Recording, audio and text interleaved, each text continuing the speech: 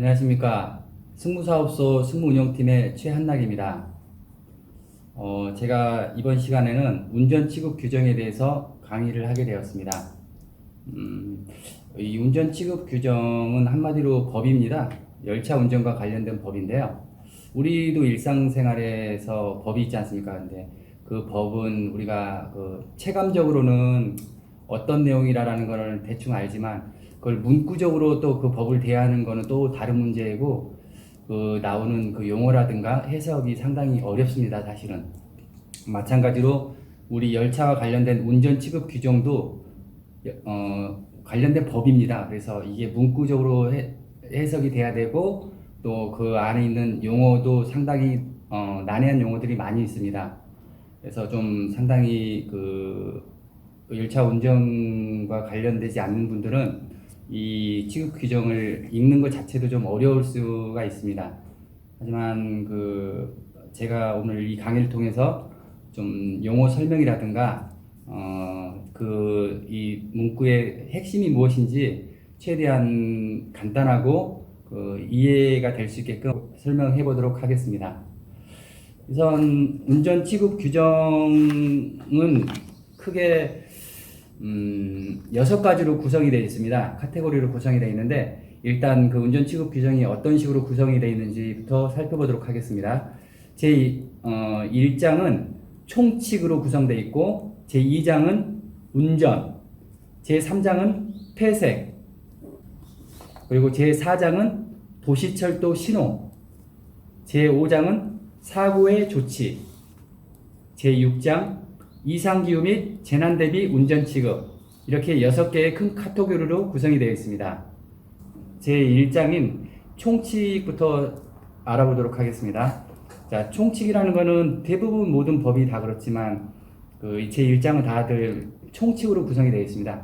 왜냐하면 이게 이 법의 목적이라든가 이 법의 적용 범위, 그런 개략적인 부분이 항상 들어가 있기 때문에 우리 운전 취급 규정에서도 제1장은 총칙으로 구성이 되어 있습니다.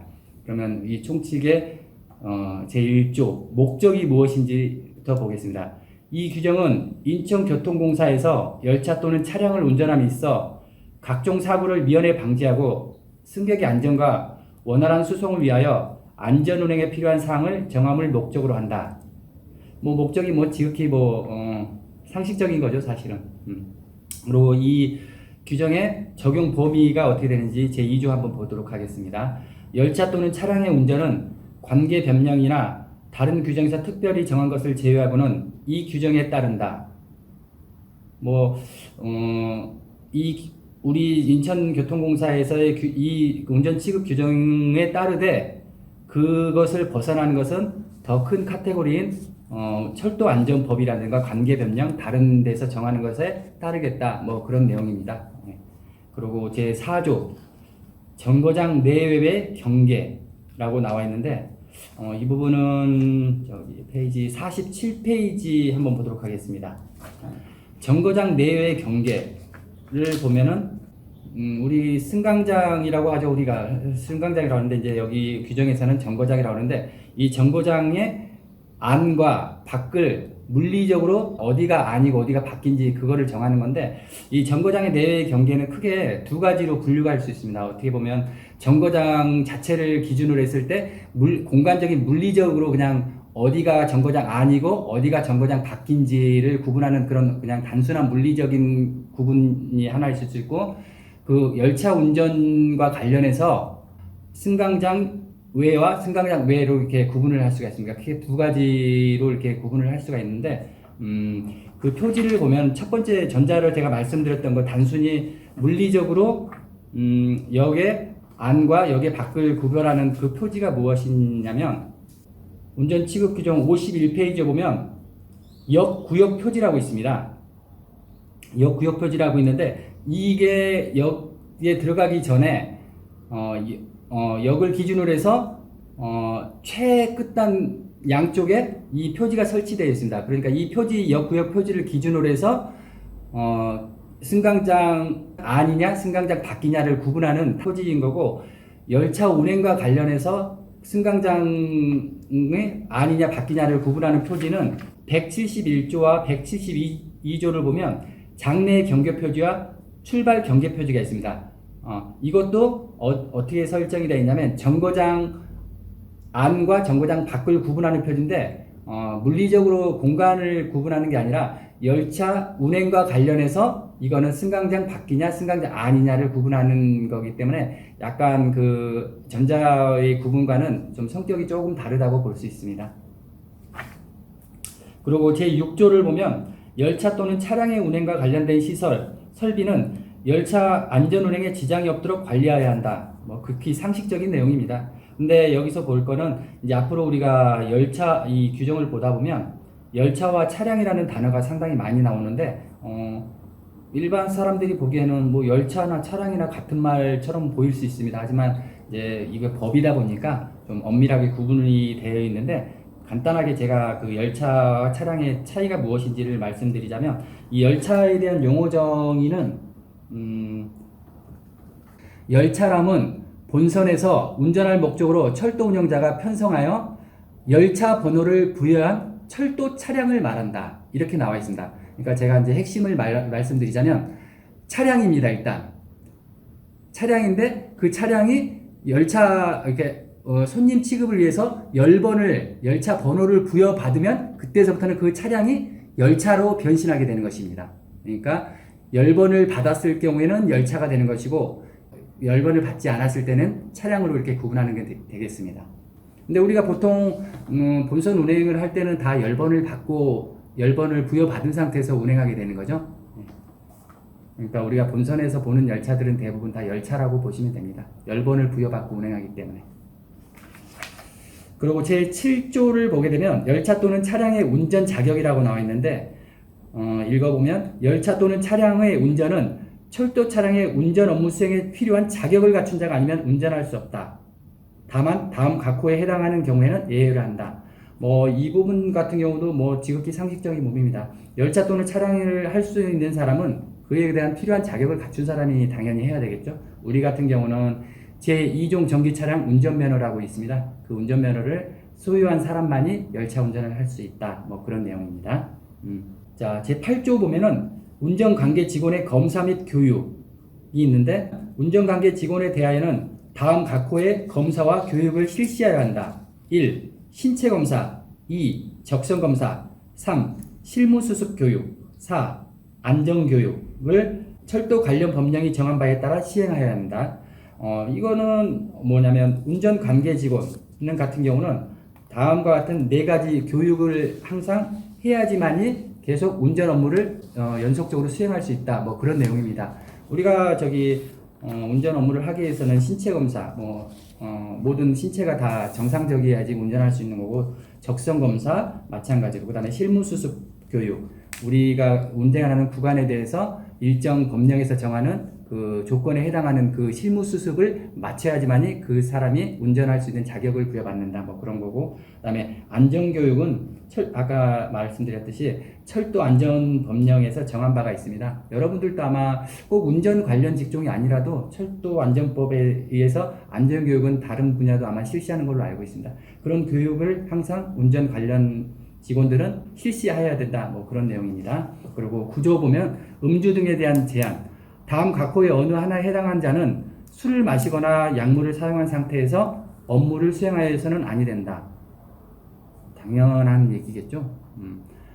그런데 그 술이나 약물을 사용한 상태에서 업무를 수행해서는 아니 되는 직종이 뭐 기관사 열차 운전을 하는 그 기관사뿐이 아니라 다른 모든 직원들도 마찬가지인데, 자, 첫 번째로 운전 업무 종사자, 기관사를 말하겠죠, 대표적으로. 두 번째, 관제 업무 종사자. 세 번째, 여객을 상대로 승무 서비스를 제공하는 자.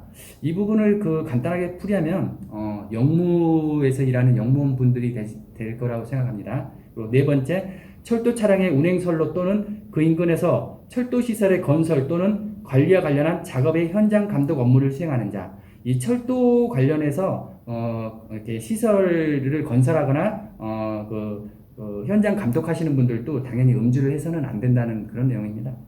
그리고 철도 신호기, 선로 전환기 및 신호 조작판 등을 취급하거나 열차의 조성 업무를 수행하는 자, 공이 마찬가지로 이런 분들도, 이런 업무를 하는 분들도 음주나 약물을 취급한 상태에서는 업무를 해서는 안 된다는 그런 내용입니다. 자, 그리고 11조 운전실 승차 통제.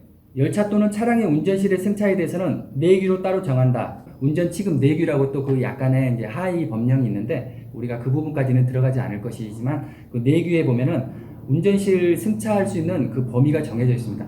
자, 1장은 마쳤고 2장 운전에 대해서 한번 알아보도록 하겠습니다. 자, 2장은 이제 실제 열차의 운전과 관련된 어떤 그 취급 규정들에 대한 내용인데요.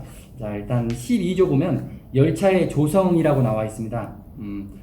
열차를 조성하는 차량은 상호 연결 및 일괄제어에 의해 운전할 수 있는 편성으로 조성하여야 한다. 이 부분은 이게 뭐냐면 우리가 열차가 지금 인천교통공사 같은 경우는 8량으로 구성이 되어 있지 않습니까? 그 한 량 한 량을 사실 분해도 하고 연결도 할 수 있습니다. 그거를 이제 그 한 량을 완벽하게 만들기 위해서 그 8량을 잘 이렇게 조합을 하는 것, 그런 업무 자체를 열차의 조성이라고 합니다. 그렇게 해서 조성된 차량은 그 길이는 운행 구간의 승강장의 길이를 초과할 수 없으며, 당연하죠. 우리가 열차 8량을 이렇게 조합을 해서 한 편성으로 조성을 했는데 그 조성한 열차가 승강장 길이보다 더 길다. 그건 말이 안 되죠. 그러면 맨 뒷칸에 있는 손님들은 어디로 내려야 됩니까? 그러니까 그 내용인 거고, 그 다음에 회송 차량은 승객을 취급하는 열차에 연결할 수 없다. 여기 용어 설명에서 91번 보면 회송 열차라 하면 여객을 승차시키지 않고 본선을 운행하는 열차를 말한다. 이렇게 나와 있습니다. 그러니까 회송 차량은 승객을 취급하는 열차에 연결할 수 없다. 당연하죠. 지금 회송 열차의 용어 자체가 정의가 여객을 승차시키지 않고 운행하는 열차가 회송 열차인데 회송 열차를 승객을 취급하는 열차와 연결한다? 말이 안 되는 거죠. 그 내용입니다. 그리고 14조 보면 열차의 제동장치. 열차의 모든 차량은 제동작용이 완전하고 열차 분리 시 자동으로 정차할 수 있는 제동 기능이 확보해야 한다. 이거 같은 경우는 이제 열차 운행과 관련해서 열차를 가는 것도 중요하지만 사실 어떻게 보면 더 중요한 거는 가는 열차를 세우는 거, 정지시키는 게 사실 더 중요하다고 할 수 있죠. 그래서 열차는 항상 이 제동 장치가 완벽한 상태에서 운행을 해야 된다는 그런 내용입니다. 그리고 2조 보면 열차에서는 전기 또는 공기 작용에 의하여 제동 장치를 사용하고 연결 축수 100에 대하여 100의 비율에 해당하는 제동 축수를 구비하여야 한다. 또 어려운 말 나왔죠? 제동 축수. 한번 보면은 제동 축수에 대해서 용어를 보게 되면 연결 축수라 하면 열차 또는 차량의 차축 총 숫자를 말한다. 그러니까 쉽게 말하면 그 우리가 8량이 있지 않습니까? 8량에 보면 그 제동 장치가 설치되어 있는 차에 대한 축이 있습니다. 그 축이 한 양당 2개가 있습니다. 세밀하게 보면 2개가 있으면 우리가 8량이니까 그 축은 몇 개가 되겠습니까? 16개가 되겠죠? 그 16개의 축수를 제동 축수라고 부르는 것입니다. 그리고 이제 제16조 보면 방호용품이라고 나와 있는데 다음 각 호의 직원은 열차 또는 차량의 방호를 위하여 방호용품을 휴대하여야 한다. 첫 번째, 방호를 위하여 출동하는 기관사. 두 번째, 열차 또는 차량을 감시하는 직원. 세 번째, 선로, 전차 선로, 운전 보안 설비를 순회 점검하는 직원과 유지보수 공사를 감독하는 직원. 이렇게 나와 있는데 방호용품이라고 하는 것은 일단 방호라는 자체 용어도 좀 일단 좀 생소하시죠? 이게 일단 용어 설명부터 간단히 하도록 하겠습니다. 이 방호라는 게 무슨 말이냐면 열차 방호라면 열차의 정차가 필요한 경우에 진행하여 오는 열차를 정차시키기 위한 수단을 말합니다. 그러니까 진행하여 오는 열차를 내가 세워야 될 목적이 있다, 필요가 있다. 그럴 때 열차를 세워야 될 필요가 있을 때 열차에 대해서 어떤 행위를 하는 것, 그 자체가 일단 열차 방호가 되는 것입니다. 그런 방호를 해야 될 필요가 있겠죠. 솔직히 열차를 운행하다 보면 그런 열차 방호를 할 때는 두 번째 휴대할 방호용품은 전호등 또는 전호기, 단락기구 각 한 개 이상으로 한다 이렇게 나와 있는데 아까 말씀드렸듯이 방호를 해야 될 열차에 대해서 그 방호를 이렇게 하는 그 용품 자체가 전호등 아마 많이들 써보셨을 것 같아요. 전호등이나 그다음에 우리 깃발로 되어 있는 전호기라고 있습니다. 전호기 그다음에 단락기구가 있는데 이 단락기구에는 지금 설명보다는 뒤에 또 나오는 부분이 있기 때문에 제가 뒤에 다시 한번 설명을 드리도록 하겠습니다. 그리고 17조 제동시험 기관사는 다음 각호의 경우에는 열차 또는 차량의 운전을 개시하기 전에 제동 기능의 이상 유무를 확인해야 한다. 1. 기지 등의 장소에서 출고 점검할 때 2. 제동장치 고장으로 응급조치해야 할 때 3. 운전실의 위치를 변경했을 때 4. 차량 고장 등으로 다른 차량과 합병하였을 때 5. 기타 제동 기능에 이상이 있다고 판단하였을 때 아까 말씀드렸듯이 열차는 제동 성능이 중요하다고 했죠. 그렇기 때문에 지금과 같은 5가지 항목에 해당될 때는 그 제동 장치가 완벽한지를 항상 시험을 해야 된다는 그런 내용입니다. 그리고 19조 운전시각 및 열차번호 열차는 정해진 시각에 의하여 운전하여야 한다. 다만 운전정리를 위해 열차 관제사가 지시하였을 때는 예외로 한다.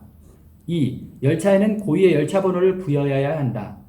이 경우에 열차번호 부여 기준은 별표 2에 의한다. 이렇게 나와 있는데 아까 제가 말씀드렸죠. 우리가 차량과 열차로 구분이 된다고 했는데 그 차이는 열차는 열차 번호를 부여받았을 때 열차가 되고 부여받지 못할 때는 차량이 된다고 말씀드렸지 않습니까? 그 얘기입니다. 자, 열차 번호의 부여 기준은 별표 2에 나와 있다고 했는데 제가 간단하게 말씀드리면 열차 번호에도 종류가 있는데 어떤 종류가 있는지를 보겠습니다. 일단 정규 열차와 임시 열차, 그 다음에 회송 열차, 그 다음에 입출고 열차 이렇게 크게 4가지로 나눌 수 있습니다. 이제 아시다시피 정규 열차는 1001열차부터 1399 이런 식으로 그 승객을 취급하기 위한 차량이 부여받는 열차 번호이고 임시 열차는 말 그대로 어떤 추석이라든가 어떤 그 손님 승객이 평소와는 좀 다른 어떤 이벤트가 발생했을 때 편성을 하고 그 임시 열차에게 부여하는 번호가 있는데 그 번호는 1700대로 시작합니다. 1701열차서부터 1702, 1703 이런 식으로 1700대로 시작하는 게 임시 열차 번호이고 그 다음에 회송열차 아까 제가 회송열차 간단히 말씀드렸죠. 손님을 취급하지 않고 운행하는 열차 그 열차는 1800대로 시작합니다. 1801열차부터 1802 이런 식으로 열차 번호가 부여받게 됩니다. 그리고 입출고 열차 차량 기지에서 정규 열차가 대기해서 나가는 열차라든가 정규 열차가 이제 차량 운행을 마치고 기지로 입구하는 열차에게 부여받는 번호, 열차 번호인데 그 번호는 1900대로 시작합니다. 1901, 1902 이렇게 해서 열차 번호가 어떤 그 열차의 종류에 따라서 부여받는 번호가 좀 달라지게 됩니다.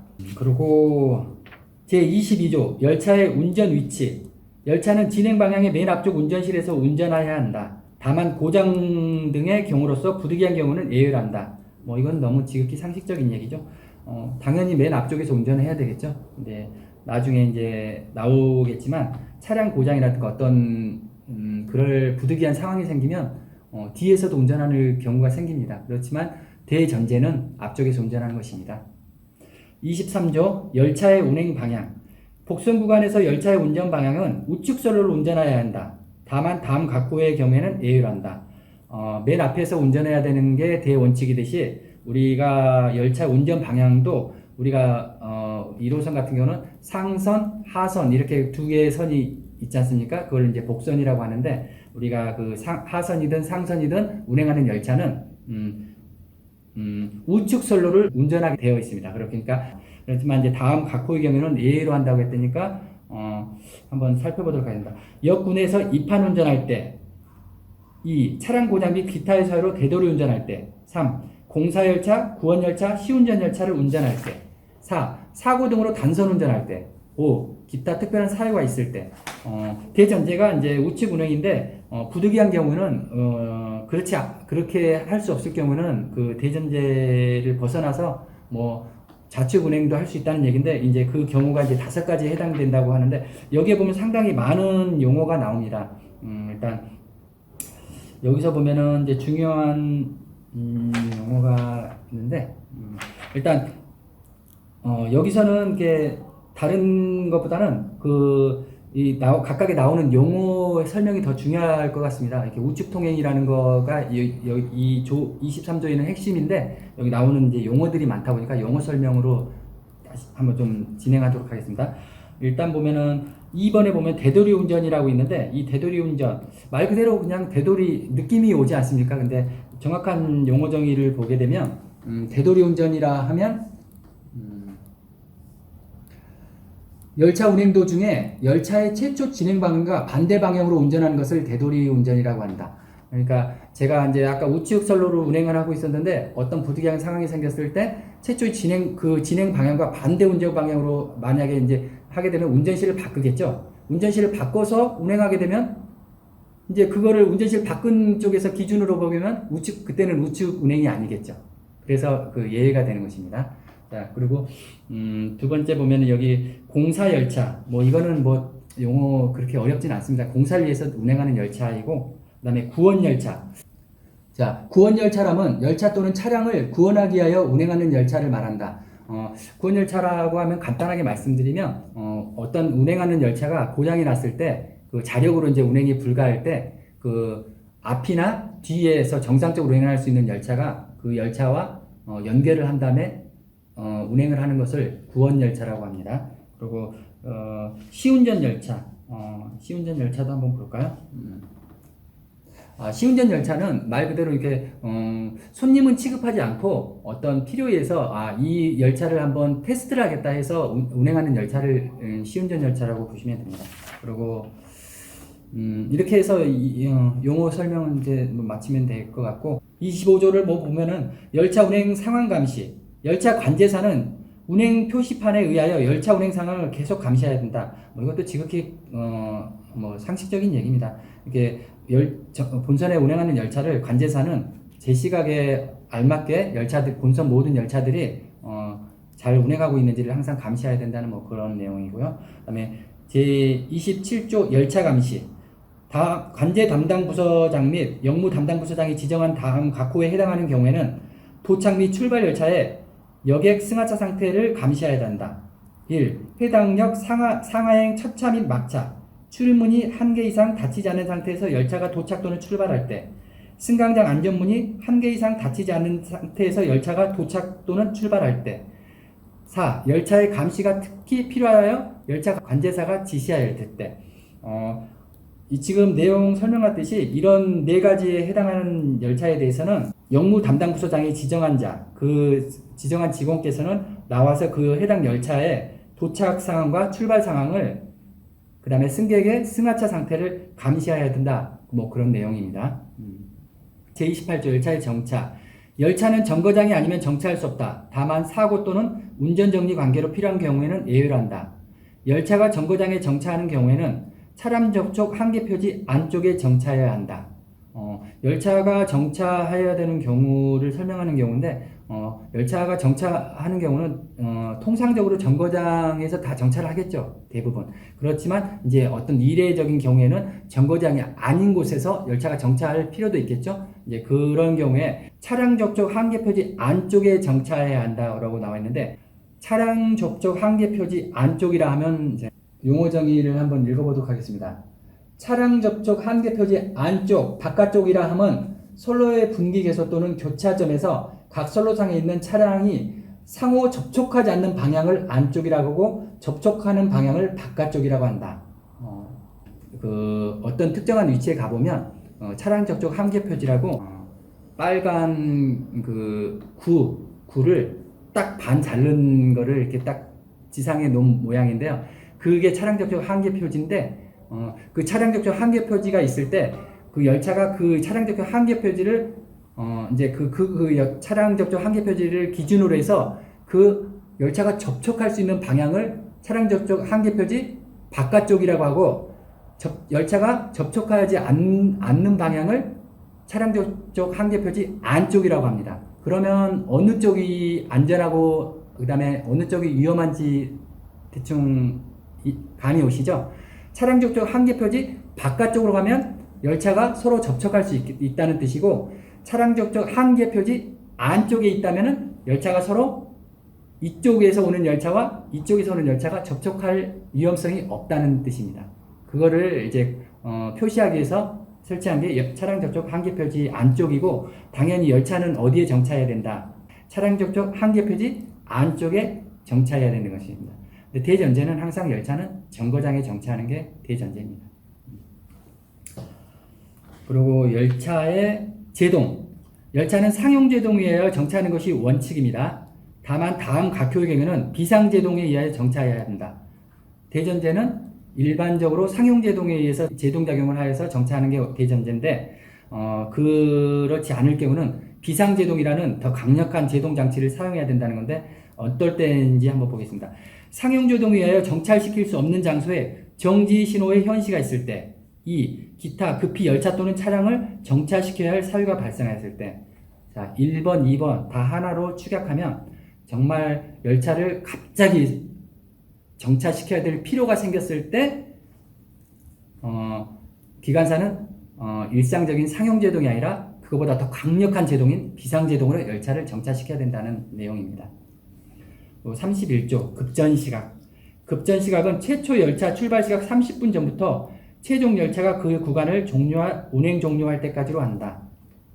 열차가 운행하기 위해서는 그 전압이 필요하죠. 전압이 필요한데, 그 급전 시각은 우리가 첫 차가 5시 반서부터 출발하니까 5시서부터 급전이 되고, 그 다음에 해당 구간을 지나갔을 때, 마지막 열차가 지나갔을 때 이제 단전을 시킨다, 뭐 그런 내용입니다. 제 3절로 넘어가겠습니다. 3절 보면은 이제 운전 정리라고 나와 있는데, 이거를 크게 이제 이 부분에서는 무슨 내용이 들어가 있냐면, 이제 정상적으로 열차가 운행하는데, 이제 열차 관제사가 열차 어떤 일의 상황이 생겼을 때는 그 열차를 통제할 필요가 있습니다. 그래서 열차 번호를 바꾼다든가, 아니면 먼저 출발해야 될 차를 나중에 출발시키는 이런 순서를 변경한다든가, 그다음에 운전 간격을 조정한다든가, 이런 내용이 들어있는 게 지금 3절 운전 정리에 관한 내용입니다. 대충 느낌은 오시죠? 자, 그러면은 37조 운전 명령의 발령 및 구분. 열차 관제사는 열차 또는 차량의 운전에 관하여 필요한 경우에는 운전 명령을 발령하여야 한다. 지금 아까 제가 간략하게 말씀드렸던 그런 내용입니다. 필요한 경우에는 이제 열차 관제사가 운전 명령을 발령하는데, 보면은 일단 운전 명령에는 크게 어떻게 되어 있냐면 정규 운전 명령과 임시 운전 명령으로 나눌 수 있습니다. 뭐 말 그대로 이제 1번 정규 운전 명령은 명령을 받을 업무 담당자에게 문서가 도착될 수 있는 충분한 시간적 여유가 있을 때 문서로 발령하는 거. 그러니까 이제 그 어떤 이제 운전 명령을 할 때 시간적인 여유가 있었을 때 우리 문서로 발령하는 게 그런 운전 명령이 정규 운전 명령이고, 그럴 시간적인 여유가 없이도 운전 명령을 할 수 있지 않습니까? 뭐 본선에서 그 일의 상황이라는 건 예고 없이 오니까. 이제 임시 운전 명령을 발령했을 때는 열차 관제사가 임시 운전 명령을 발령할 때는 관계 열차 기관사 및 해당 역 근무자 또는 신호 취급자에게 통보해야 될 내용이 있습니다. 그 내용이 어떤 내용이 있는지 한번 보도록 하겠습니다. 1번 운전 명령 번호, 2번 운전 명령 사항, 3번 송수하자 직선명을 명백히 하여야 합니다. 그러니까 어떤 운전 명령을 내렸을 때는 그 운전 명령에 대한 번호를 줘야 됩니다. 내가 지금 운전 명령을 내리는데 이 운전 명령 번호는 몇 호다 라고 기관사에게 주고, 그 다음에 운전 명령 사항, 어떤 내용 때문에 내가 운전 명령을 내렸다라는 사항을 기관사에게 알려야 되고, 세 번째, 그 서로 지금 운전 명령을 주고받는 사람들의 직성명을 명백히 밝혀야 된다는 그런 내용입니다. 그리고 이제 39조 이 운전 정리의 이제 종류에는 어떤 것이 있는지를 한번 간략하게 보겠습니다. 1번 간격 조정, 2번 단선 운전, 3번 반복 변경, 4번 수신호, 5번 비연동 운전, 6번 임시 서행, 7번 임시 열차 운행, 운전 방식 변경, 시각 변경, 순서 변경, 운행 중지, 운행 변경, 종별 변경, 차량 교환, 착발선 변경, 밀기 운전, 합병 운전, 되돌이 운전, 로컬 제어, 기타 필요한 사항.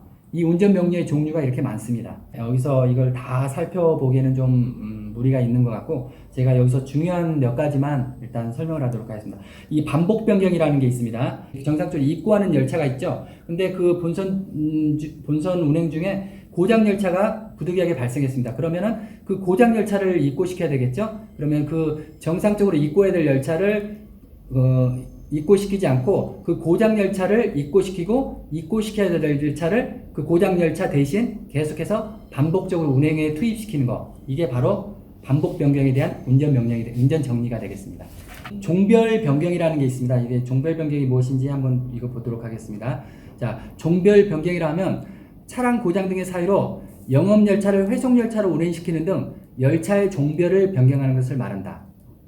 이게 무슨 말이냐면 아까 제가 그 열차 번호의 부여 기준에 대해서 설명할 때 열차 번호의 종류가 4가지가 있다고 그랬지 않습니까? 근데 그게 바로 종별입니다, 사실. 근데 지금 같은 경우는 지금 종별을 변경한다는 거는 내가 지금 아까 정규 열차였지만 어떤 일의 상황이 생겨서 그 정규 열차가 아니라 그거를 바로 손님을 취급할 수 없는 회속 열차로 내가 변경해서 손님을 취급하지 않고 입고시키겠다. 뭐 그렇게 해서 그러면은 아까 정규 열차 번호를 취소하고 회속 열차 번호인 그 1800대라고 그랬죠. 제가 아까 말씀드린 게 그 1800대의 회속 열차 번호를 재부여하게 됩니다. 그래서 손님을 취급하지 않고 운행하게 되는 이렇게 열차의 그러니까 종별을 바꾼다고 생각하시면 됩니다.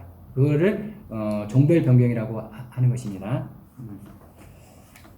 그리고 40조를 한번 보도록 하겠습니다. 기관사의 보고. 기관사는 철도 사고 및 운행 장애 등의 이상을 인지한 경우에는 즉시 열차 관제사에게 보고해야 된다. 이거는 무엇이냐면 운행하다 보면은 어떤 일의 상황이 발생했을 때는 기관사는 즉시 관제사에게 그 일의 상황에 대한 보고를 해야 되겠죠. 보고를 하게 되면 열차 관제사는 그 내용에 따라서 어떻게 하겠습니까? 임시 운전명령을 발동하겠죠. 지금 우리가 앞에서 살펴봤던 여러 가지 그런 적합한 운전명령 중에 그 가장 적합한 운전명령을 발동시키게 되는 겁니다. 그 전 과정이 바로 기관사는 관제사에게 이러한 일의 상황이 발생했다는 것을 반드시 알려야지만이 다음에 후속으로 관제사가 거기에 적합한 임시 운전명령을 발동하게 되는 것입니다. 자, 이렇게 해서 3절도 마쳤네요. 자, 제 4절 보면은 차량의 입판이라고 나와 있습니다. 또 어려운 용어 나왔네요. 입판.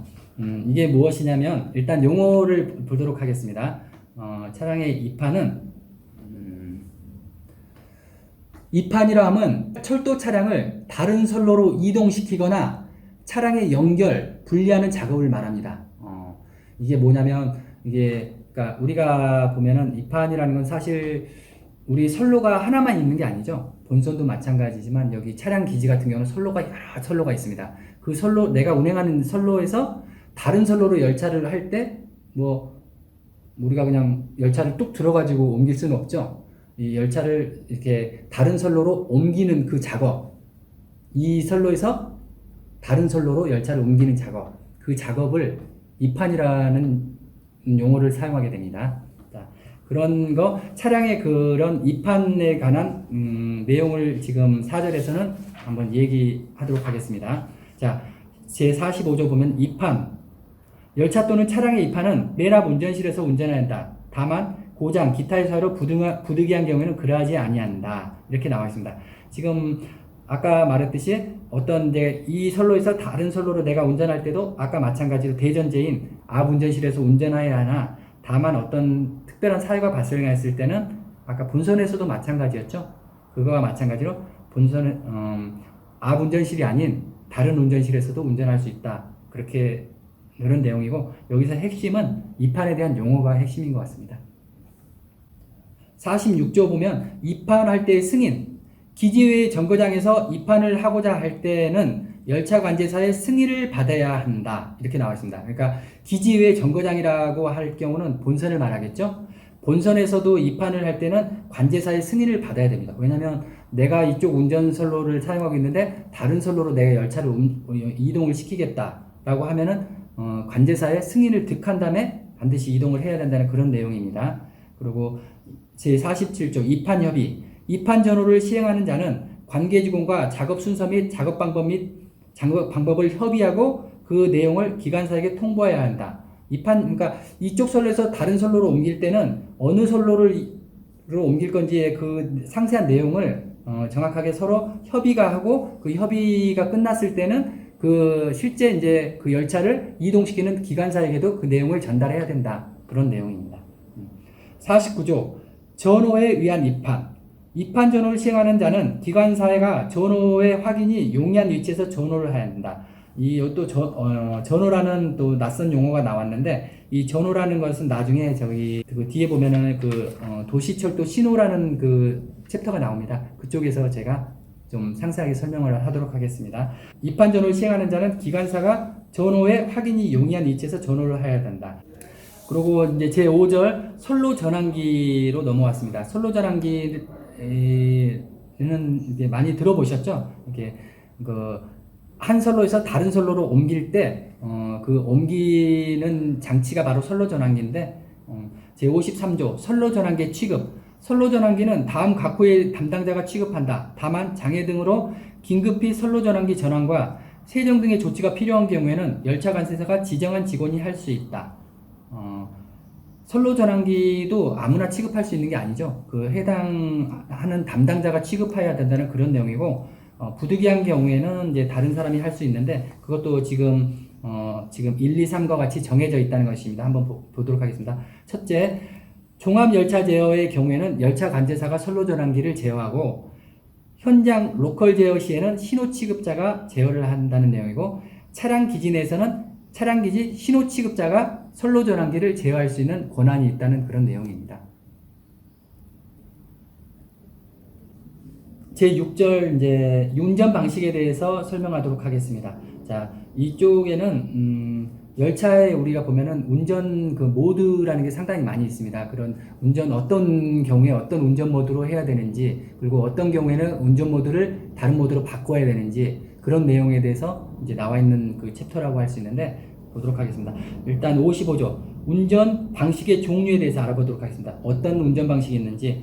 자, 첫 번째 완전 자동 운전 방식, 두 번째 자동 운전 방식, 세 번째 수동 운전 방식, 네 번째 야드 운전 방식, 다섯 번째 비상 운전 방식, 여섯 번째 자동회차 운전 방식. 이런 식으로 6가지 운전 모드가 있습니다. 이제 각각 그 운전 모드가 있는데, 그 운전 모드는 각각의 이제 운전 취급 규정에서 정한 게 있습니다. 그 취급 규정에서 정한 그 조건일 때 해당 운전 모드를 사용해야 됩니다. 임의로 운전 모드를 변경하거나 그래서는 안 되겠죠. 자, 56조 열차의 운전 방식 보면은, 열차는 자동 열차 제어 장치에 의한 자동 운전 방식으로 운전하는 게 제 원칙입니다. 다만 다음에 해당할 때는 이제 각각 다른 운전 모드로 변경을 해야 되겠죠. 자, 그게 첫 번째로 수동 운전 방식으로 운전하는 경우는 어떤 경우에 이 수동 운전 방식으로 하는지 보겠습니다. 첫 번째, 자동 운전 방식에 의할 수 없을 때, 당연하겠죠. 자동 운전 방식이 안 되는데 어떻게 다른 방식을 택해야 되겠죠. 그때 수동 운전 방식. 두 번째, 수동 운전 방식으로 지정한 경우. 이거 같은 경우는 뭐냐면, 우리 같은 경우는 지금 규정에 수동 운전 방식으로 해야 되는 시간이 정해져 있습니다. 그 시간 안에 지금 지정한 경우니까 그 시간에 해당되는 경우는 자동 운전 방식이 아닌 수동 운전 방식으로 열차 운전을 해야 된다. 그런 내용이고, 세 번째, 기타 사유로 열차 관제사가 지시했을 때, 어떤 필요했을 때 열차 관제사가 자동 운전 방식 시간이지만 수동 운전 방식으로 해야 될 필요가 있을 때 지시를 하는 경우 우리가 수동 운전 방식으로 해야 된다는 내용입니다. 그리고 아까 운전 모드 방식 중에 이제 야드 운전 방식이 있었는데, 그런 그 야드 운전 방식은 어떤 경우에 사용하는지 살펴보도록 하겠습니다. 첫 번째, 차량 기지 내에서 입판할 때, 아까 입판 말씀드렸죠. 이 차량 기지에서 이 선로에서 다른 선로로 열차를 이동시킬 때, 그때 야드 운전 모드를 사용한다는 내용이고, 두 번째, ATC 비설비 구간을 운전할 때, ATC라는 거는 이제 아까 말씀드렸지 자동 운전 방식에서 사용하는 그런 장치인데, 이게 설치가 안 돼 있다는 거는 그 자동 운전 방식이 안 된다는 얘기겠죠. 그럴 때 이제 야드 운전 방식을 선택한다는 얘기고, 세 번째, ATC 장치에 의한 비상제동으로 열차 관제사가 지시할 때, ATC 장치 구간인데 그쪽에서 어떤 그 조건에 부합했을 때 비상제동이 체결됐습니다. 열차가. 그러면 그 비상제동을 해방을 하고 일정 구간을 운행을 해야지만이 다시 자동운전 방식으로 복귀가 되거든요. 그런데 그 복귀되기 전까지는 야드운전 모드로 운행해야 된다. 뭐 그런 내용입니다. 네 번째, 지상 AT 장치 이상 등으로 차내 신호가 현시되지 않을 때. 마찬가지겠죠. 자동운전 방식으로 해야 되지만 그게 기능이 정상적으로 작동되지 않을 때는 저희가 야드운전 방식으로 한다는 그런 내용입니다. 그리고 다섯 번째, 폐색균형법을 시행할 때. 좀 또 어려운 말 나왔네요. 이제 나중에 우리가 보면은, 여기 이 부분에 대해서도 이제 우리가 폐색이라는 부분을 살펴볼 거거든요. 그 부분에 대해서 다시 한번 설명을 하도록 하겠습니다. 이런 식으로 이제 핵심은 뭐냐면 운전 방식이 여러 가지 모드가 있고 그 운전 모드 방식은 지정된 조건에 의했을 때 그 운전 방식 모드로 운전을 해야 된다. 뭐 그런 내용입니다. 요약하자면. 그리고 이제 57조 운전 방식의 변경. 기관사는 열차 운행 중 운전 방식을 변경할 필요가 있을 때에는 열차 관제사의 승인을 받아야 한다. 다만 다음 각 호의 어느 하나에 해당되는 경우는 그러하지 아니한다. 지금 여기서는 운전 방식 아까 제가 말씀드렸듯이 어떤 특정 조건에 해당했을 때는 그 운전 모드를 해야 되지만 다음 같은 경우는 어떤 운전 모드를 필요해서 바꿔야 될 때는 기관사 임의로 바꾸는 게 아니라 열차 관제사에게 보고를 하고 관제사의 승인을 득한 다음에 모드를 바꿀 수 있는데 다음 같은 경우에는 그렇게 승인을 따로 받지 않고서도 기관사가 운전 모드를 바꿀 수 있는 경우가 어떤 경우인지를 지금 설명하고 있습니다. 자, 첫 번째, 운전 방식을 따로 정했을 때. 뭐 너무 상식적이죠? 이게 운전 방식이 따로 정해져 있으면은 기관사가 임의로 변경, 승인 없이도 바꿔도 된다는 내용이고, 역내에서 반복 운전을 위하여 회차할 때. 이거 같은 경우는 종착역에 갔을 때, 이제 그쪽에서 이제 운전실을 교환할 때, 운전 모드가 바뀌는데, 그거 같은 경우는 어떤 일의 상황이라기보다는 늘상 계속 있는 상황이기 때문에 특별히 일의 상황으로 보지 않기 때문에 그럴 경우는 관제사의 승인이 따로 없이 그냥 기관사가 임의로 승인을 받지 않고 운전 모드를 변경하는 경우에 해당된다. 그런 내용입니다. 그리고 역내 진입 중 정지 위치 전에 정지되어 정지 위치를 맞출 때 이거 같은 경우도 역내를 이렇게 진입하는데 어떤 일의 상황이 생겨서 정위치 정차 지점에 열차가 정지했을 때 관제사에게 보고를 하고 승인을 또 얻고 좀 시간이 많이 걸리겠죠. 그러면 안에 있는 승객들에게 불편이 초래되기 때문에 그런 경우에 관제사의 승인을 득하기 전에 먼저 정지 위치를 맞추고 수리문을 개방해서 손님들에게 불편함을 초래하지 않는 범위 내에서 이후에 이제 관제사에게 보고를 지상 구간에 나왔을 때 어떤 기상 상태가 비가 온다든가 눈이 오면 선로 상태가 달라지기 때문에 열차에 충격이 발생합니다. 그때 기관사는 관제에 보고할 시간적인 여유가 없겠죠. 그런 경우는 승인을 득하지 않고 수동 운전 방식으로 얼른 기관사가 변경을 해도 된다는 그런 내용입니다. 그리고 다섯 번째, 주박지 유치선을 출발할 때 이건 이제 주박지 같은 경우는 이제 처음 열차를 기동한 상태이기 때문에 어떤 운전 모드가 이렇게 특별히 정해져 있지 않습니다. 그래서 나올 때는 야드 운전 모드로 나오고 이제 일정 구간 지났을 때 자동 운전 모드가 떴을 때는 그런 경우는 특별히 관제사에게 보고하지 않아도 된다는 그런 내용입니다. 자, 그리고 제7절 운전 속도에 대해서 보겠습니다. 자, 제58조 열차의 운전 최고 속도는 80km를 초과해서는 아니 된다. 우리 인천 교통공사 그 1호선 최고 속도가 80km입니다. 그것을 넘어가서는 안 된다는 그런 내용입니다. 59조 ATC 구간을 운행하는 열차 또는 차량은 차내 신호의 제한 속도 이하로 운전해야 한다. 제한 속도를 넘어가서는 안 된다는 얘기입니다. 제60조 제동 축수가 부족한 경우에 제한 속도. 이 부분은 좀 내용이 좀 많이 있는데 중요한 내용만 제가 설명을 드리도록 하겠습니다. 여기 보면은 연결 축수라는 말이 나오고 제동 축수라는 용어가 나옵니다. 아까 우리가 연결 축수는 제가 아까 앞에 말씀드렸습니다. 그러면 제동 축수는 뭐냐면 제동 장치가 작용하는 그 실질적인 축수를 말하는 겁니다. 보통 정상적인 상황에서는 연결 축수가 곧 제동 축수가 되겠죠. 모든 축수에서 모든 제동 작용이 100% 원활하게 됐을 때는 그 숫자가 동일하겠죠. 그렇지만 이제 연결 축수 중에 일부 축수가 제동 장치가 고장이 났을 때는 실제 제동 축수가 좀 줄어들겠죠. 그런 경우를 얘기하는 거고 그거에 따라서 제동 축수가 얼마만큼 줄어들었냐에 따라서 열차의 속도가 제한을 받게 됩니다.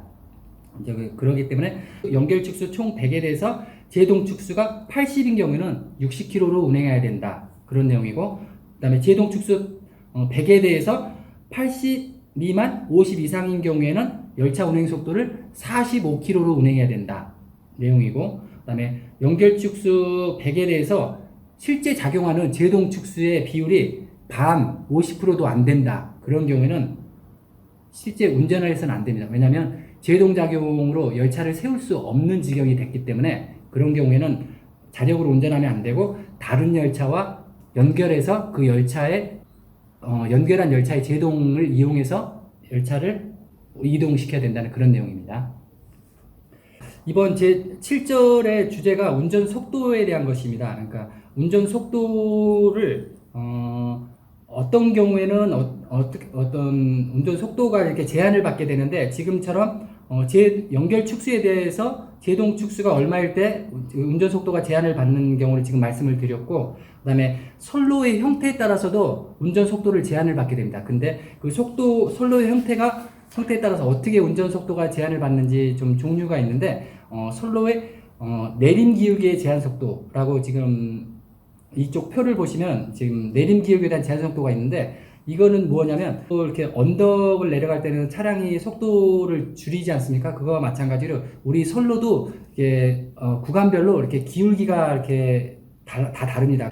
기울기에 따라서 우리의 제한 속도가 달라진다는 내용이고, 세 번째 곡선의 제한 속도라고 있습니다. 이거는 뭐냐면 선로가 일직선으로만 되어 있지는 않죠. 이렇게 곡선을 따라서 운행할 때 이 곡선 반경이 만약에 클 경우는 이렇게 좀 이렇게 운행 속도를 좀 빨리 해도 되겠지만, 이 곡선 반경이 좁을 때는 빨리 하게 되면 원심력에서 열차가 탈선을 하게 되겠죠. 그래서 그런 선로의 곡선에 따른 그 열차 운행 속도가 제한을 받는다. 그런 내용이고, 다음은 분기기에 따라서도 제한 속도를 받게 되는데, 이 분기기라는 것은 편계 분기기와 양계 분기기로 나누는데, 이게 무엇이냐면 한 선로에서 다른 선로로 이렇게 갈라지는 것을 분기부라고 하는데, 이 편계 분기기는 무엇이냐면 선로가 직선 선로에서 어떤 특정한 각을 가지고 갈라지는 것을 편계 분기기라고 하고, 양계 분기기는 직선 선로가 아니라 두 개가 다 곡선을 가지고서 갈라지는 그런 형태를 양계 분기기라고 합니다. 그래서 그 편계냐 양계냐에 따라서 열차 운행 속도가 달라진다는 그런 내용입니다. 그리고 제62조 운전속도 제한. 이게 보면은 운전속도가 제한하는 사항들이 많이 있는데, 그거에 맞는 속도가 다 정해져 있다는 얘기인데, 자, 첫 번째로 보면은 되도리 운전과 무폐색 운전, 그럴 경우에는 15km로 운행해야 된다. 그다음에 밀기 운전, 수신호 운전, 야도 운전은 25km로 운전해야 된다. 여섯 번째, 지령식인 경우에는 45km, 그 다음에 또 60km로 운행해야 된다. 그 다음에 7번, 8번 통신식과 지도통신식은 45km로 운행해야 된다. 이렇게 어떤 그 특정한 상황에 맞는 그런 운전속도가 정해져 있다는 얘기입니다. 핵심은 무엇이냐면, 열차가 운행을 하는데 속도 제한을 받는데, 그 속도 제한을 받는 조건들이 여러 가지가 있다. 선로냐, 아니면 어떤 운전 모드냐, 아니면 제동 축수냐라는 여러 가지의 그 분류 기준에 따라서 열차 운행 속도가 달라진다. 그런 내용이 지금 내용을 하고 있는 겁니다. 그리고 제66조 차내 신호와 임시 신호의 현시가 다른 경우, 차내 신호와 임시 신호가 서로 다른 경우에는 제한 속도가 낮은 신호에 따라 운전해야 된다. 이거 좀 무슨 말이냐면, 우리가 이제 정상적인 이제 차내 신호가 떴습니다. 차내 신호에서는 만약에 60km로 가도 좋다는 신호가 차에서 현시가 됐는데, 임시 신호라고 다른 그 외의 신호가 40km로 가라고 이렇게 현시가 되어 있습니다. 그러면은 60km로 가야 되냐 40km로 가야 되냐 그건데, 그런 경우는 제한 속도가 더 낮은 거, 어떤 게 더 낫죠?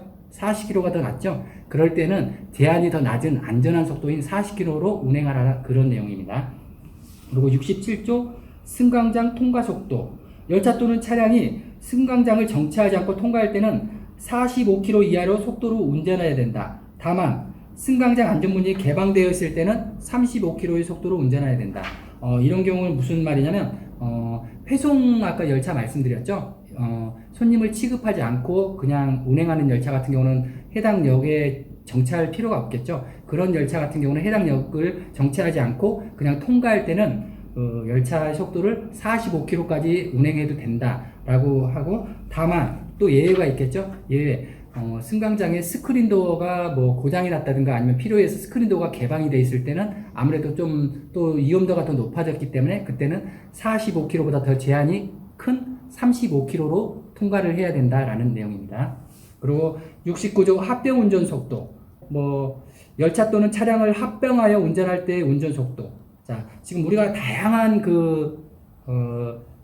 어떤 조건에 맞는 운전 속도를 지금 얘기하고 있는 거죠. 근데 합병 운전 속도라는 거는 어떤 한 열차가 고장이 났을 때 자력으로 운행이 불가할 때 다른 열차가 와서 그 열차와 연결해서 운행하는 것을 합병 운전이라고 합니다. 그 합병했을 때 열차 운행 속도가 어떻게 되는지 그거에 대한 얘기입니다. 그런 경우로서 지금 여기 그 내용은 좀 내용이 길기 때문에 여기 지금 띄워놓는 걸 한번 읽어보시면 될 것 같고, 이렇게 합병 운전했을 때 운전 속도는 45km, 그다음에 운전실 이외에 비상 운전할 때는 25km라고 이렇게 나와 있는데, 이거는 한번 읽어보시면 아실 수 있을 것 같습니다. 그리고 제70조 입판 속도. 자동열차 제어장치 구간에서 운전할 때 차내 신호 권고속도 이하로 운전하여야 한다. 이것도 너무 지극히 당연한 얘기인데, 입판 속도라는 건 아까 제가 입판에 대해서 말씀드렸죠. 한쪽 선로에서 다른 선로로 열차가 이동하는 것을 입판이라고 하는데, 그렇게 이 선로에서 다른 선로로 이동할 때 그때의 속도를 어떻게 해야 되는지 그거에 대해서 지금 설명하고 있는 부분입니다. 자, 지금까지는 이제 열차 운행 속도에 대해서 지금 전체적으로 한번 말씀을 드렸고, 그 다음에 8절 차량의 유치 및 구름 방지 대해서 한번 살펴보도록 하겠습니다. 71조 차량의 유치. 차량은 본선에 유치할 수 없다. 다만 부득이한 경우 또는 타 열차 취급에 지장이 없는 종착역 등의 경우에는 예외로 한다. 차량을 유치한다는 것은 차량을 이제 어디다 세워둔다는 그런 내용인데, 본선에다는 세울 수는 없겠죠. 왜냐면 본선에는 다른 열차도 다닐 수 있고 그렇기 때문에 지장을 주기 때문에 본선에다는 세우지 않는 게 대원칙입니다. 하지만 다른 부득이한 경우에는 본선에다 세울 수 있다, 그런 내용이고, 이 항에 보면은 세우되 1000분의 10 이상의 선로에는 열차 또는 차량을 유치할 수 없다. 이거 같은 경우는 아까 제가 말씀드렸죠. 선로라는 거는 수평이 아니라 약간의 기울기가 가질 수 있다는 거죠. 그 기울기가 있는데 그 기울기가 있는 곳에서 차량을 이렇게 세워놨을 때는 차량이 굴러갈 수 있는 위험이 있기 때문에 1000분의 10 이상이라는 기울기가 있을 때는 그런 경우는 차량을 유치해서 안 된다는 내용이 있는데, 이 1000분의 10 이상이라는 거는 내가 1000m를 갔을 때 현 위치에서 1000m를 갔을 때 그 1000m에서 그 얼마만큼 높이만큼 더 올라가 있는지 그거에 대한 그 1000m에 대한 요 높이, 올라갔었을 때 높이, 그거에 대한 그 비율을 말하는 것입니다. 그래서 내가 1000m를 갔을 때 그 1000m에서 높이가 그 10m 이상이 됐을 때 그런 기울기를 가졌을 때는 유치를 해서는 안 된다는 그런 내용입니다. 그리고 아까 차량 적적 한계표지 안쪽에 위치해야 된다. 아까 제가 말씀드렸죠? 당연한 거죠. 차량 적적 한계표지 안쪽에 있어야지만이 다른 열차와 접촉할 위험이 없다고 했죠? 그러니까 그런 안쪽에 위치해야지만이 그런 안전상의 문제 때문에 안쪽에 위치해야 된다. 그런 내용입니다. 그리고 제72조 차량의 유치 제한. 다음 각 호의 선로에는 차량을 유치할 수 없다. 그럼에도 불구하고 지금 말씀드리는 4가지 경우에는 절대 차량을 유치해서는 안 된다는 것입니다. 어떤 아까 제가 지금까지 예외적인 부분을 말씀을 드렸지만 그거에도 불구하고 다음 4가지에는 절대 차량을 유치해서는 안 된다는 경우인데, 보면은 첫째, 본선, 출고선, 입고선, 시험선, 주연 측선. 당연하죠. 본선이나 출고선, 입고선, 주연 선로죠. 여기다가 차량을 유치해서는 절대 안 된다는 얘기고, 두 번째, 선로 전환기 또는 분기분해. 선로 전환기라는 거는 그 선로를 바꾸는 그 장비를 말하는데, 그 장비가 있는 데다 열차를 하면은 안 되겠죠. 주요한 설비이기 때문에. 그 다음에 아까 말씀드렸듯이 차량 적적 한계표지 바깥쪽 아까 제가 볼 때 안쪽에다는 유치해도 되지만 바깥쪽에다 했을 때는 다른 열차와 접촉할 위험이 있기 때문에 바깥쪽에다는 절대 유치해서는 안 된다는 그런 내용입니다. 그 다음에 기타 특수 시설이 있는 선로, 뭐 어떤 특수한 시설이 있는 선로에다는 그 차량을 유치해서는 안 된다는 그런 내용입니다. 그 다음에 73조 보면 유치 차량의 구름 방지 및 감시 체계자. 이거는 한마디로 말하면 유치했을 때 차량이 굴러가지 않게끔 어떤 주차 제동이라든가 아니면 굴러가지 않게끔 그 차륜에다가 차륜 구름 방지 막이를 설치해야 된다. 뭐 그런 내용입니다.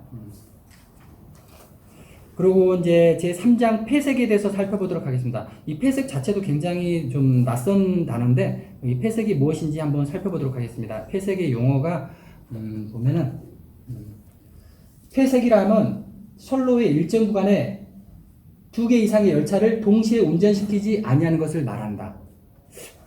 설명을 해도 잘 이해가 안 되죠. 이게 뭐냐면 우리 구간에는 폐색이라는 게 설정이 되어 있는데 그 폐색을 이렇게 잘게 이렇게 설정을 해놨는데 그 하나의 폐색 구간, 설정된 폐색 구간 안에는 2개의 열차가 들어가서는 절대 안 된다는 겁니다. 그러니까 안전상의 문제죠.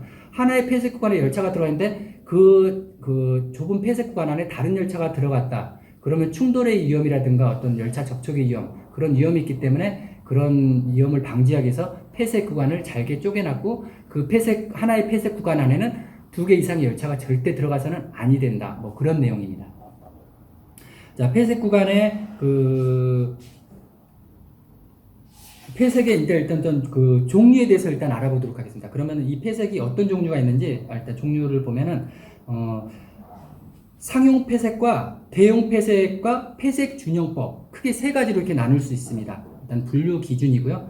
상용 폐색과 대용 폐색, 폐색 준용법으로 나눌 수 있고, 자, 상용 폐색이라는 거는 일상적인 폐색, 지극히 열차에 그 특별한 문제가 없을 때 사용하는 방식이고, 두 번째 대용 폐색 방식은 그 일상적인 상용 폐색 방식으로는 운영이 안 될 경우 그거를 대신할 수 있는 폐색 방식을 대용 폐색 방식이라고 하고, 폐색 준용법이라는 것은 나중에 설명을 좀 드리겠지만 전령법이라든가 무폐색 운전 이 두 가지에 해당하는 것을 폐색 준용법이라고 합니다.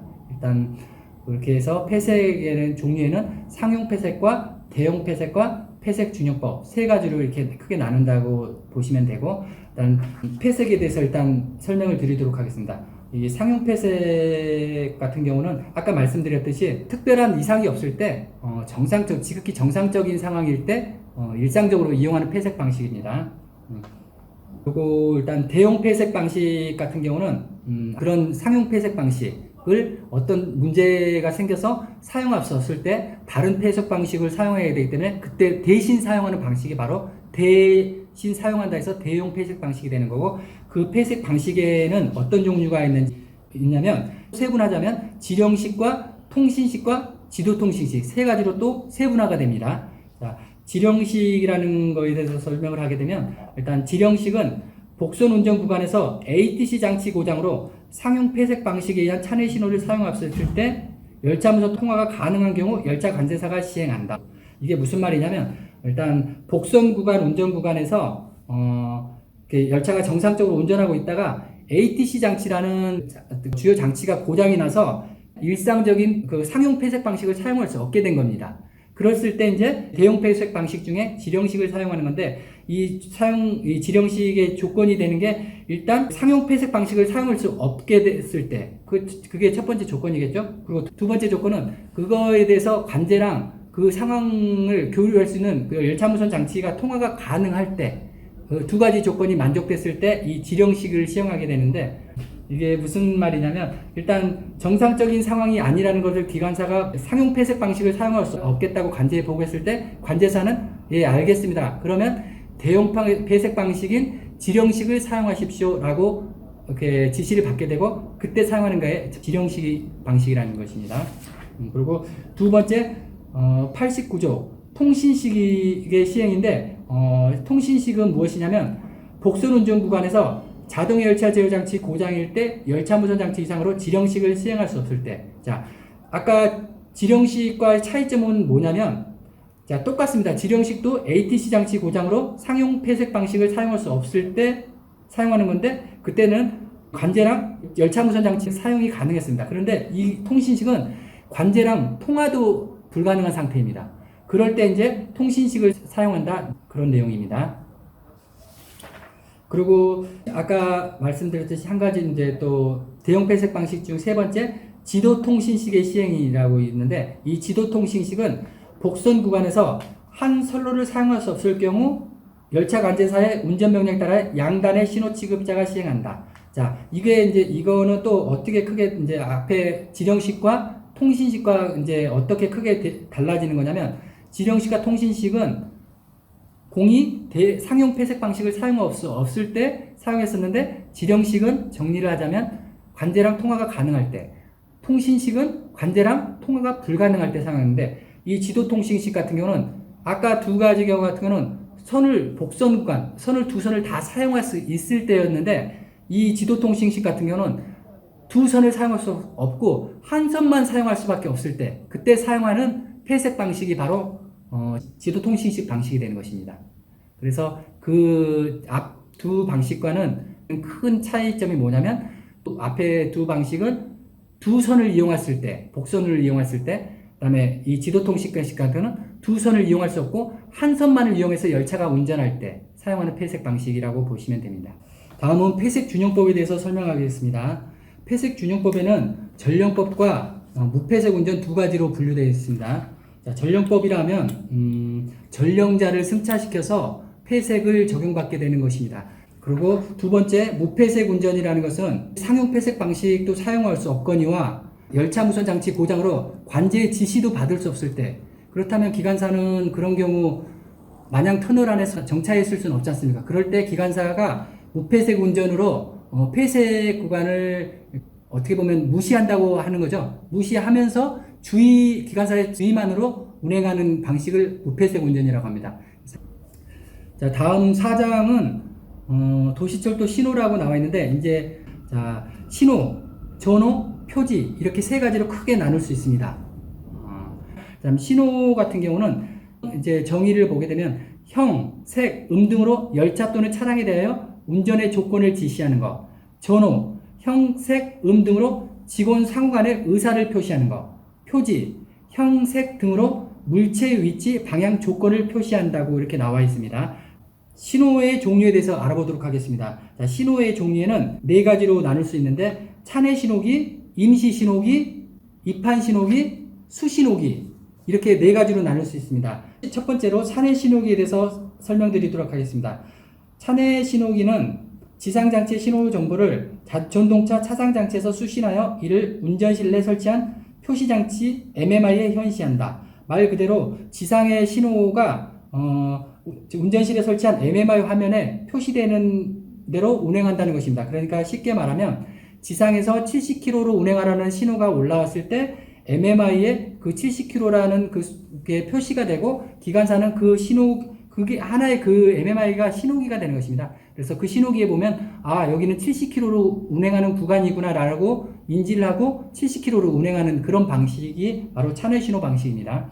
그리고 그 차내 신호기의 현시 신호에는 어떤 종류가 있냐면 진행 신호, 정지 신호, 크게 두 개가 있습니다. 그게 뭐냐면, 일단 MMI 화면의 권고속도, MMI 화면 속도, 권고속도가 0을 현시했을 때가 바로 정지 신호가 될 것이고, MMI 화면에 해당 구간에서 허용하는 운전 속도가 현시됐을 때 그게 바로 진행 신호가 될 것입니다. 그리고 다음은 입판 신호기에 대해서 설명하도록 하겠습니다. 입판 신호기는 입판 운전을 하는 열차 또는 차량에 대하여 신호기 안쪽으로의 진입 가부를 지시하는 신호를 현시하는 것을 말한다. 간략하게 말하면 입판을 할 때 적용받는 신호기를 말하는 것입니다. 입판은 아까 제가 전반부에 간략하게 설명을 했습니다. 그리고 이 입판 신호기의 종류에는 아까 우리 차내 신호기와 마찬가지로 진행해도 좋다는 진행 신호와 정지해야 된다는 정지 신호로 크게 나눌 수가 있습니다. 자, 그리고 다음엔 137조 보면 진로 개통 표식이라는 게 있습니다. 진로 개통 표식은 차내 신호를 사용하는 본선 구간에 분기부에 설치하여 선로 전환기 세정 분기부의 폐쇄 구간의 개통 및 개통 방향을 표시하는 것으로, 표시 방법은 다음과 같다라고 나와 있는데 어렵죠, 이것도. 간단하게 설명하면 진로교통 표식이라는 것은 무엇이냐면 본선 구간에서 차내 신호를 현시하는 본선 구간에서 분기부 있지 않습니까? 분기부라는 것은 이쪽 선로로 갈지 저쪽 선로로 갈지 선로가 갈라지는 그 부분에 설치하는 그 표식인데, 그 표식에서 이쪽으로 갈지 저쪽으로 갈지를 표시해주는 그 그 표시기를 말하는 것입니다. 그 표시기를 보면 개통 표시기하고 진로 표시기 두 가지로 나눠 있습니다. 개통 표시기는 뭐냐면 이 선로 전환기 부분을 분기 부분을 지나가도 된다라는 표시가 개통 표시기입니다. 그리고 진로 표시기는 뭐냐면 이 진로 개통 표시기에 설치되어 있는 데가 선로가 갈라지는 부분이라고 말씀드렸죠. 그렇기 때문에 진로 표시기는 뭐냐면 화살표로 이제 표시가 되는데 이쪽으로 갈 건지 저쪽으로 갈 건지 그 방향을 표시해주는 그 화살표 방향, 그 방향을 표시해주는 표시기가 바로 진로 표시기가 되는 겁니다. 이 선로 구간을 지나도 좋다는 개통이 돼야 되는 거고, 개통이 됐을 때는 어느 방향으로 갈 건지를 또 설명해주는 진로 표시기가 동시에 현시가 되겠죠. 그런 표시기를 말하는 거고, 다음에는 임시 신호기에 대해서 설명하겠습니다. 임시 신호기의 종류에는 서행예고 신호기, 서행신호기, 서행해제 신호기 이렇게 세 가지로 또 구분이 되는데, 서행예고 신호기는 서행이 필요한 시점서부터 시점 이전에 이제 서행이 시작된다라는 것을 알리는 신호기가 서행예고 신호기고, 서행신호기는 서행이 시작되는 지점에 그 지점에 설치하는 게 서행신호기고, 서행해제 신호기는 서행이 끝나는 지점으로부터 우리 열차의 길이를 더한 지점 있죠? 그 지점에 설치하는 게 서행해제 신호기가 됩니다. 제150조 수신호. 수신호는 차내 신호를 사용할 수 없을 때 또는 차내 신호에 이용할 수 없는 개소에서 신호를 현시할 필요가 있을 때는 전호기 또는 전호 등으로 수신호를 현시해야 한다. 수신호의 종류에 대해서 알아보겠습니다. 수신호에는 정지 수신호, 진행 수신호, 서행 수신호 세 가지가 있습니다.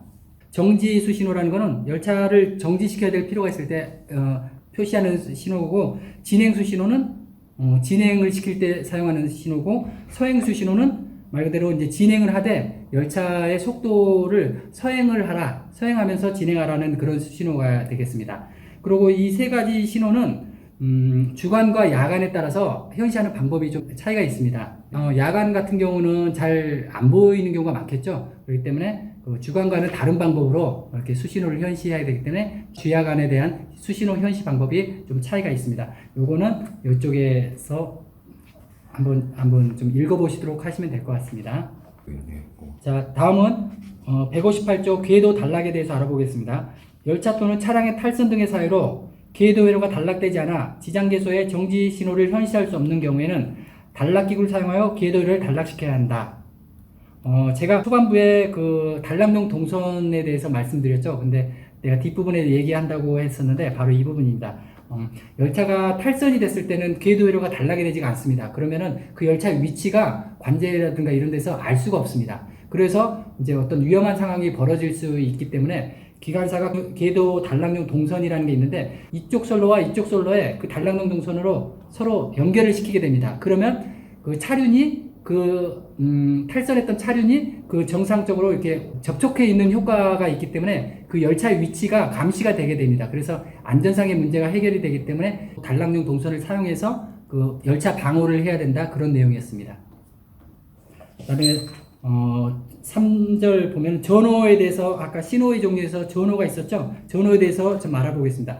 이게 전호라는 거는 아까 다시 한번 용어를 보게 되면 신호의 종류에서 보면은 크게 신호, 전호, 표지가 있었는데, 전호의 정의는 형색, 등으로 직원 상호 간의 의사를 표시한다고 이렇게 나와 있는데, 이 전호의 핵심은 그겁니다. 어떤 신호기라든가 표지라든가를 벗어나서 직원 상호 간의 의사 표시를 하는 것을 통틀어서 전호라고 하는 것입니다. 그 전호에는 어떤 것이 있는지 일단 보면은 크게 출발 전호, 출발 지시 전호, 기적 전호, 그 다음에 출입문 여닫은 전호, 이동 금지 전호, 입판 전호, 입판 통고 전호, 이렇게 크게 나눌 수 있습니다. 그리고 비상 전호까지 나눌 수 있네요. 이게 보면 이게 다 공통점은 뭐냐면 직원 상호 간에 어떤 열차 운행과 관련한 의사 표시를 한다는 것입니다. 이거는 그러니까 사람과 사람 간의 어떤 열차 운행 조건에 대해서 표현하는 방식을 바로 전호라고 하는 것입니다. 그리고 이제 다음 4절 표지에 대해서 알아보도록 하겠습니다. 표지는 말 그대로입니다. 어떤 그 표지, 우리 잘 아시는 그런 표지입니다. 그 표지에 대해서 지금 설명하는 부분인데, 표지는 상당히 좀 종류가 많이 있습니다. 지금 이제 어떤 교재를 지금 보고 계시다면 그 교재에 그 여러 가지 표지가 나와 있을 것입니다. 그거를 참고하시면 될 것 같고요. 제가 좀 중요한 표지에 대해서는 한번 좀 설명을 드리도록 하겠습니다. 이게 보면은 운행과 관련해서 열차 정지 표지와 차량 정지 표지가 이렇게 있는데 좀 헷갈리시죠? 말도 비슷하지만 그 표지도 생긴 거 보면은 비슷하게 생겼습니다. 여기 보시면은 한번 두 가지 표시를 보시면 차이점 구별하실 수 있겠습니까? 구별되시죠? 예. 가운데가 검게 칠해져 있느냐, 검게 칠해져 있지 않느냐 그 차이인데, 그 가운데가 검게 칠해져 있을 때는 열차 정지 표지가 되고, 칠해져 있지 않을 때는 차량 정지 표지가 되는 것입니다. 제가 열차와 차량의 그 구분은 앞에서 말씀드렸죠? 예. 선로 작업 표지 한번 볼까요? 예. 이게 뭐냐면 열차 또는 차량이 운행하는 선로 구간에 작업을 할 때는 선로 작업 표지를 설치해야 한다. 이거 있는데 말 그대로입니다. 어떤 열차가 운행하는 구간에서 작업할 필요가 있겠죠. 그 작업할 때 어떤 구간에서 작업을 해야 될 경우에는 기관사에게 이 구간은 작업 구간이라는 것을 알리기 위해서 설치하는 표지가 바로 선로 작업 표지가 되겠습니다. 그래서 이렇게 해서 이제 제가 신호에 대해서 크게 이제 알아봤습니다. 자, 다시 한번 정리를 하자면 신호의 종류는 신호, 직원 의사간에 표시하는 전호, 그 다음에 표지기로 이렇게 그 어떤 열차 운행 조건을 알려주는 표지 부분, 이렇게 크게 세 가지를 살펴봤습니다. 그리고 이제 5장 사고의 조치라고 나와 있습니다. 자, 사고의 조치에서 우리가 이제 좀 눈여겨봐야 될 부분이 193조 열차의 방호 부분입니다. 열차 또는 선로의 고장 등으로 인하여 관계 열차를 급히 정차시킬 필요가 있을 때는 지체 없이 열차 방호를 하여야 한다. 무슨 말인지 감이 바로 오시죠?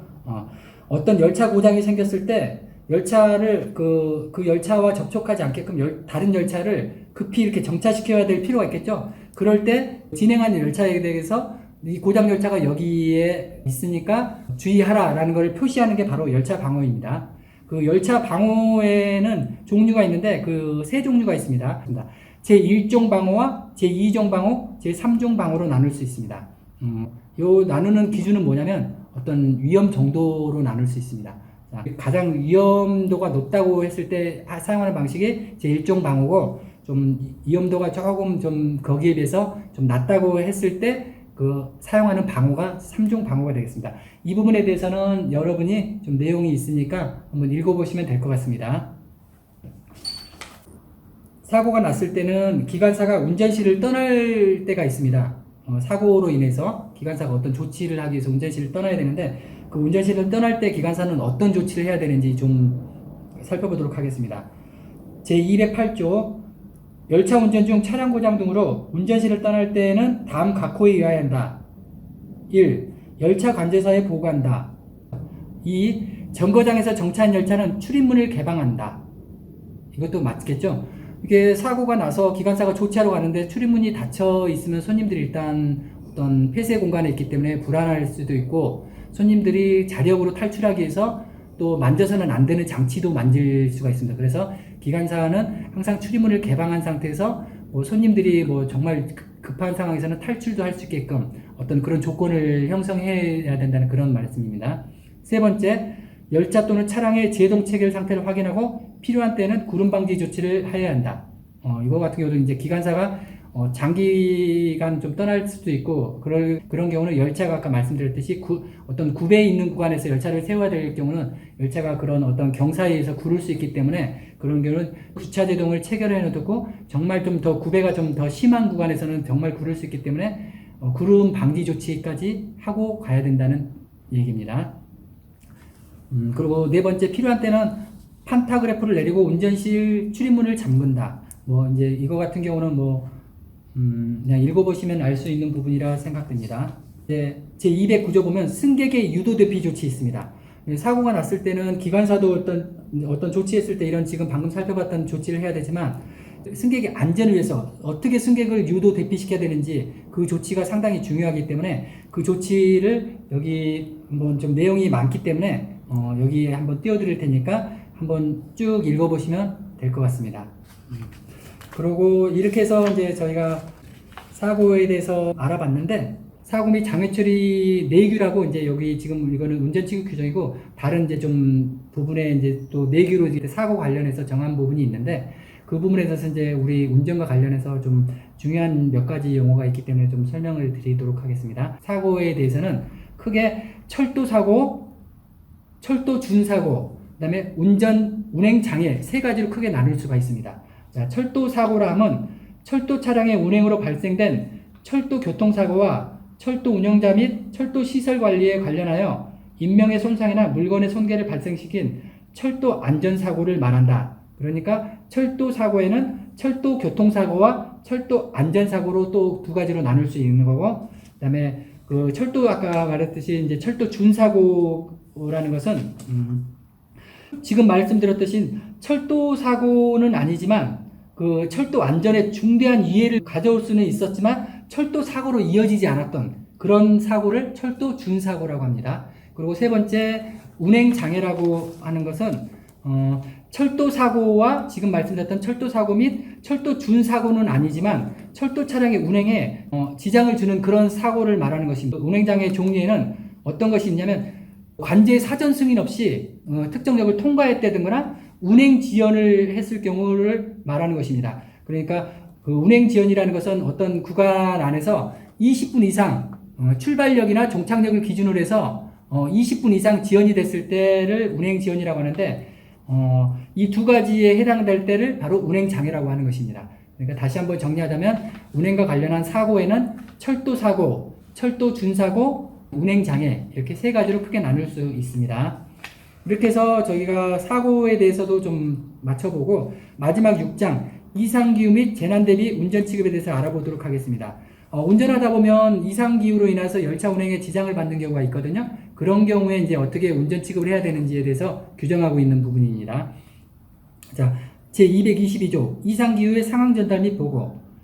열차 관제사는 이상기후 및 자연재해로 인한 재해 정보가 있을 때는 모든 열차에 통보해야 하며 기관사는 이상기후 및 자연재해로 인하여 열차 운행에 지장이 있거나 예상될 때는 즉시 열차 관제사에게 보고해야 한다. 당연한 얘기죠.